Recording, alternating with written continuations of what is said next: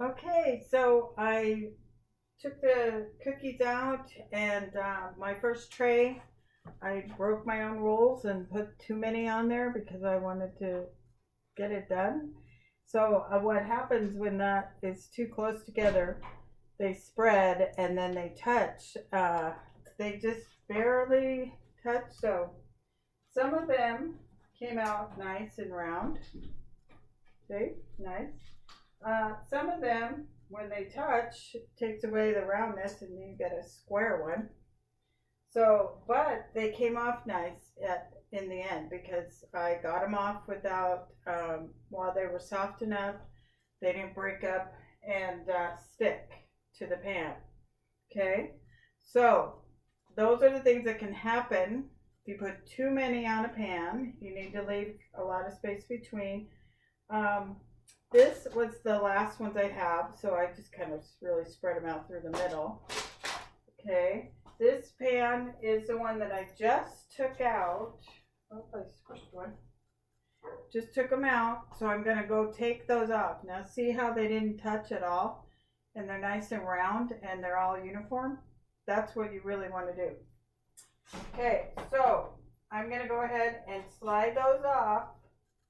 See, they should slide right off and then onto your rack.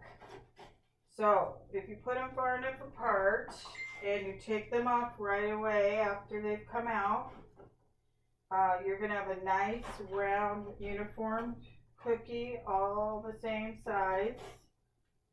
It just makes it nicer when you put them on a tray or in a basket of goodies for your friends or something. That just makes it nice if you have them all uniform looking. And even on these cookies, at the end here when it's warm still, you could throw some colored sugar on those to make them more Christmassy.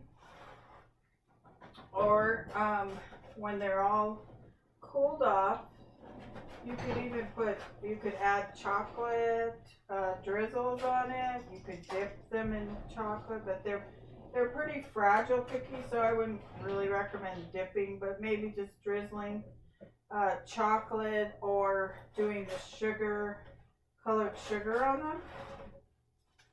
Okay,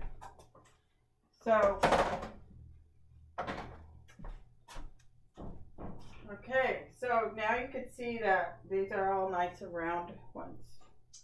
All right, so I just wanted to show you that part because I didn't get to it on the other video and I shut my video off instead of pausing it. So this is going to be a second part of that first video.